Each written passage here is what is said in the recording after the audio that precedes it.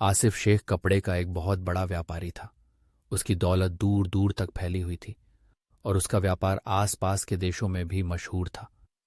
जब उसका बेटा खुर्रम जवान हुआ तो उसने अपने पिता के व्यापार में हाथ बंटाना शुरू किया। एक दिन आसिफ शेख ने खुर्रम से कहा, हमारे पास बांग्लादेश से बहुत बड़ा ऑर्डर आया है, तुम्हें वहां जाकर सामान देना होगा।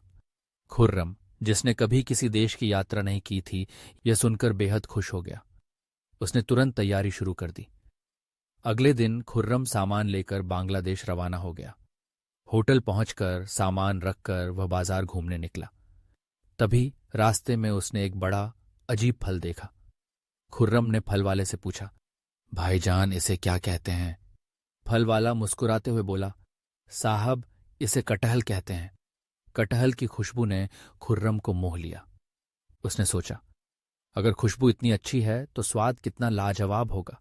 फल वाले ने कहा, साहब, ये 10 आने का है। खुर्रम को विश्वास नहीं हुआ। उसने तुरंत पैसे निकालकर कटहल खरीद लिया और होटल वापस लौट आया। कटहल को काटा और आधा से ज्यादा खा गया। लेकिन जैसे ही वह हाथ धोने गया, उसके हाथ चिपचिपे हो गए। वह घबरा गया। बार बार हाथ धोने की कोशिश की, लेकिन समस्या और बढ़ गई।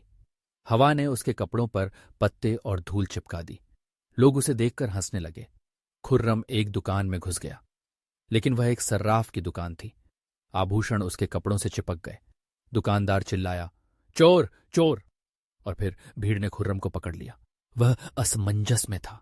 क्या यह पहली यात्रा उसकी आखिरी यात्रा बन जाएगी? भीड़ ने तुरंत पुलिस को खबर दी। खुर्रम ने लाख समझाया कि उसने चोरी नहीं की है, परंतु उसके कपड़ों पर चिपके आभूषणों के कारण किसी को विश्वास नहीं हुआ। उसे पुलिस के हवाले कर दिया गया। पुलिस ने खुर्रम से चोरी का कारण जानना चाहा। खुर्रम ने विस्तार से कटहल खाने की पूरी बात उन्हें बता दी। थानेदार हंसते हुए बोला, अरे मियां, जब खाना आता नहीं था तो कटहल खाया क्यों? अच्छा, यह बताओ कि तुम किस व्यापारी के यहां आए थे? खुर्रम को उस व्यापारी के यहां ले जाया गया, परंतु उसके हुलिये के कारण व्यापारी ने उसे पहचानने से इनकार कर दिया। तब खुर्रम ने अपना और अपने पिता का पूरा नाम बताया, साथ ही अपने साथ लाए सामान की जानकारी दी। यह सुनकर व्यापारी ने उसे पहचानते हुए कहा, थानेदार जी, यह अपना ही बच्चा है, इसे छोड़ दीजिए, यह हालात के कारण मुसीबत में फंस गया है। अब खुर्रम बोला, पहले मुझे इस मुसीबत से छुटकारा दिलाइए।